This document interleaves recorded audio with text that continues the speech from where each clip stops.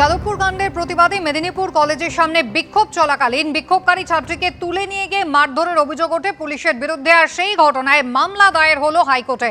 কথা বলবো আমাদের প্রতিনিধি সৌভিক মজুমদারের সঙ্গে। সৌভিক, কি খবর রয়েছে? পাম্প চালিয়ে উঠছে বিল, কেএসবি পাম্প বাঁচায় বিদ্যুৎ, বিলের প্রবলেম গেল। বিদ্যুৎ সাশ্রয়কারী জার্মান টেকনোলজিতে তৈরি কেএসবি পাম্প। পয়সা বাঁচাও, টেনশন ভাগাও। দেখো, আজকে সকালে ছাত্রদের তরফ থেকে মাননীয় বিচারপতি তীর্থঙ্কর ঘোষের দৃষ্টি আকর্ষণ করা হয় এবং সেই সময় তাদের তরফে অভিযোগ জানানো হয় যে যাদবপুর কাণ্ডের প্রতিবাদে তারা মেদিনীপুর কলেজের সামনে সেখানে তারা প্রতিবাদ করছিলেন এবং সেখান থেকে কয়েকজন ছাত্রীকে তুলে নিয়ে যায় পুলিশ এবং তাদেরকে হেফাজতে নিয়ে গিয়ে থানার ভেতরে কার্যত মারধর করে এবং একজনের অবস্থা এতটাই গুরুতর যে তাকে হাসপাতালে পর্যন্ত ভর্তি করাতে হয়েছে। ফলে এখানে পুলিশের বিরুদ্ধে এই ধরনের হেফাজতে নিয়ে মারধর করা, পুলিশের বিরুদ্ধে এই ধরনের অতিসক্রিয়তার অভিযোগে তারা কলকাতা হাইকোর্টের দ্বারস্থ হয়েছেন। ফলে মাননীয় বিচারপতি তীর্থঙ্কর ঘোষ তিনি মামলা দায়ের করার অনুমতি দিয়েছেন এবং এই মামলা দায়ের করার প্রক্রিয়া সম্পন্ন হলে সেক্ষেত্রে আগামী সোমবার এই মামলার বিচার প্রক্রিয়া মাননীয় বিচারপতি তীর্থঙ্কর ঘোষের এজলাসে শুরু হবে। সৌভিক, ধন্যবাদ। শনিবার যাদবপুর বিশ্ববিদ্যালয়ে সেই তাণ্ডবের ঘটনা, আর তারপর গতকাল কলকাতা হাইকোর্টে পুলিশের ভৎসনা, যেখানে শুধু এক পক্ষের অভিযোগ নেওয়া হয়েছে, অপর পক্ষের অভিযোগ অর্থাৎ আহত ছাত্র ইন্দ্রানুজ রায়ের বক্তব্যের প্রেক্ষিতে এফআইআর কেন দায়ের হয়নি এই প্রশ্ন যেমন ওঠে, তার পাশাপাশি অবিলম্বে যেন এফআইআর দায়ের হয় সেই নির্দেশ দেয় আদালত। তারপর সেই এফআইআর কিন্তু দায়ের করেছে কলকাতা পুলিশ। অন্যদিকে যাদবপুর বিশ্ববিদ্যালয়ে এখনো লাগাতার ধর্ণা চলছে, আন্দোলন চলছে। আজ রয়েছে জিবি মিটিং। আমাদের দুই প্রতিনিধি সরাসরি রয়েছেন, পার্থপ্রতিম ঘোষ এবং ব্রতদীপ ভট্টাচার্য। আমি প্রথমেই পার্থর কাছে যাব। পার্থ, অবশেষে আদালতের চাপে ভৎসনার মুখে কলকাতা পুলিশ এফআইআর দায়ের করলো আহত ছাত্রের অভিযোগের ভিত্তিতে।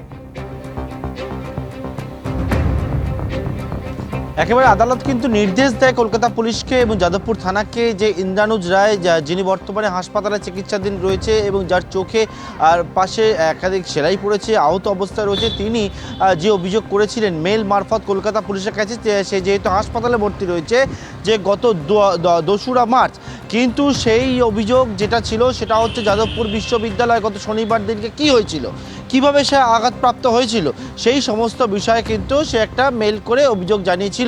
কিন্তু সেই অভিযোগ জানালেও পুলিশ কিন্তু সেটাকে এফআইআর হিসেবে ট্রিট করেনি। এরপর গতকালকে হাইকোর্ট নির্দেশ দেয় যে কালকের মধ্যেই একেবারে এফআইআর হিসেবে ট্রিট করতে হবে ইন্দ্রানুজ রায়ের যে অভিযোগ রয়েছে সেই অভিযোগের পরিপ্রেক্ষিতে। এবং কলকাতা পুলিশের তরফ থেকে যে বিষয়টা বলা হচ্ছে, যেটা গতকাল গভীর রাত্রে 2 তারিখ ইন্দ্রানুজ যে অভিযোগ করেছিল সেই অভিযোগের পরিপ্রেক্ষিতে এফআইআর হিসেবে তারা ট্রিট করেছে। তবে কি রয়েছে বিস্তারিত সেই বিষয়ে এখনও সামনে আসেনি। পুলিশ জানাচ্ছে যে হাইকোর্টের কাছে তারা যেহেতু আগামী 12 তারিখের মধ্যে রিপোর্ট পেশ করতে হবে, সেই মতো ইন্দ্রানুজের করা অভিযোগের পরিপ্রেক্ষিতে তদন্ত করে সেই রিপোর্ট তারা হাইকোর্টের কাছে পেশ করবে আগামী 12 তারিখে। তবে একেবারে তোমায় বলবো, ইন্দ্রানুজ রায় যে আহত হয় একেবারে রক্তাক্ত অবস্থায় ক্যাম্পাসের মধ্যে তাকে দেখতে পাওয়া যায় এবং তার পরবর্তীকালে সে কীভাবে আহত হলো সেটা নিয়ে একটা অভিযোগ দায়ের হয়েছিল। সেটা কে করেন, ইন্দ্রানুজের অভিযোগের পরিপ্রেক্ষিতে না, একেবারে ঘটনার দিন একজন যুবক সে অভিযোগ করে। যদিও সেই যুবক কে আদৌ সেটা নিয়ে কিন্তু অনেক জায়গায় ধোঁয়াশা রয়েছে এবং তার পরিপ্রেক্ষিতে বেলেবেল সেকশনে মামলা হয় আননোন ভেহিকেল আননোন ড্রাইভারের এগেনস্টে। কিন্তু একেবারে ইন্দ্রানুজ এবং যাদবপুর বিশ্ববিদ্যালয়ের পড়ুয়ারা যে বিষয়টা বলছিলেন যে ব্রাত্য বসুর নির্দেশ অনুযায়ী সেই যে গাড়িতে ব্রাত্য বসু ছিলেন একেবারে সেখানে কিন্তু সেই গাড়ি তাকে চাপা দেয় বলে অভিযোগ ওঠে এবং সেই ঘটনার পরিপ্রেক্ষিতে গোটা বিষয়ে ইন্দ্রানুজ অভিযোগ দায়ের করেছেন যাদবপুর থানায় মেল মারফত এবং সে তার পরবর্তীকালে গতকালকে হাইকোর্টের নির্দেশ অনুযায়ী সেই সমস্ত বিষয় সম্পর্কিত বিষয় কিন্তু পুলিশ জানাচ্ছে সেটাকে এফআইআর হিসেবে তারা ট্রিট করেছে। একেবারে পার্থ, তুমি আমাদের সঙ্গে থাকো। অন্যদিকে যাদবপুর বিশ্ববিদ্যালয়, সেখানে একদিকে যেমন আন্দোলন চলছে, অন্যদিকে জিবি মিটিংও রয়েছে। ব্রতদীপ ভট্টাচার্য রয়েছেন আমাদের সঙ্গে। ব্রতদীপ, এখন ছাত্রছাত্রীদের দাবি কি তারা চাইছেন?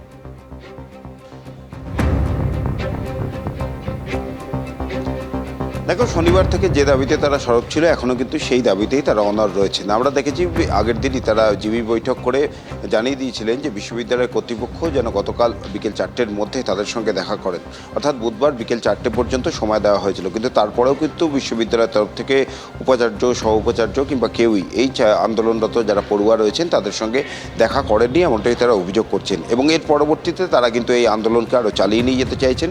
কিন্তু আন্দোলনের গতিবিধি কী হবে সেটা কিন্তু আজ আজকে দুপুরের যে জিবি বৈঠক আছে সেই জিবি বৈঠকে স্থির করা হবে। গতকাল জিবি বৈঠক ছিল, কিন্তু একটি কারণে সেই জিবি বৈঠক অসমাপ্ত থেকে যায়। জিবি বৈঠক চলাকালীনই তারা এখান থেকে যাদবপুর থানায় চলে যান, সেখানে বিক্ষোভ হয়। এই সমস্ত পরিস্থিতির মধ্যে গতকাল কিন্তু সেই জিবি বৈঠক পুরোপুরি সম্পন্ন হয়নি। আজকে দুপুরের পর আবার এই যারা ছাত্ররা রয়েছে, যে সমস্ত ফ্যাকাল্টির যে ইউনিয়নের যে ছাত্ররা রয়েছে, তারা কিন্তু জিবি বৈঠকে বসবেন এবং সেখানে কিন্তু সিদ্ধান্ত হবে পরবর্তী গতিবিধি বা আন্দোলন কিভাবে তারা চালিয়ে নিয়ে যাবেন। তার পাশাপাশি আজকে দুপুরবেলায় কিন্তু এসএফআইয়ের তরফ থেকেও একটি মিছিলে ডাক দেওয়া হয়েছে যাদবপুর বিশ্ববিদ্যালয় থেকে। মূলত এক হচ্ছে ইন্দ্রানুচের ঘটনা, তাকে যেভাবে গাড়ি দিয়ে চাপার অভিযোগ তারা তুলছেন, তার পাশাপাশি তার বিরুদ্ধে যে মামলা হয়েছে সেই মামলাগুলি প্রত্যাহার করতে হবে এবং বাকি যারা ছাত্ররা রয়েছেন কিংবা প্রাক্তন ছাত্র রয়েছেন যাদবপুর বিশ্ববিদ্যালয়ে, তাদের বিরুদ্ধে যে মামলা রুজু করেছে পুলিশ, সেই মামলাগুলি প্রত্যাহার করতে হবে, এই দাবি। এবং তার পাশাপাশি এই যাদবপুরে শনিবারের যে ঘটনা ঘটেছে, সেই ঘটনার পরে তারা যে ছাত্র ধর্মঘটের ডাক দিয়েছিলেন, সেই ছাত্র ধর্মঘটের থেকে রাজ্যের বিভিন্ন জায়গায় এসএফআইয়ের কর্মীরা কিংবা বাম কর্মীরা আক্রান্ত হয়েছেন বলে অভিযোগ, এবং তারই প্রতিবাদ আজকের এই মিছিল। অর্থাৎ দুটি ইস্যু নিয়ে আজকে এই মিছিলের ডাক দিয়েছে এসএফআইয়ের কর্মীরা, এবং বাকি যে সংগঠনগুলি রয়েছে যাদবপুর বিশ্ববিদ্যালয়ে, তাদেরকেও সেই মিছিলে যোগ দিতে বলা হয়েছে। অর্থাৎ স্পষ্টই বোঝা যাচ্ছে এসএফআই এই আন্দোলনকে তারা চালিয়ে নিয়ে যেতে চাইছেন, এবং বাকি যে সমস্ত সংগঠনগুলি রয়েছে তারাও কিন্তু আন্দোলন চালিয়ে নিয়ে যাওয়ার পক্ষে, কিন্তু কিভাবে সেই আন্দোলন চলবে সেটা আজকে দুপুরে তারা জিবি বৈঠকে বসবেন, জিবি বৈঠকে বসে তারপর সিদ্ধান্ত নেবেন।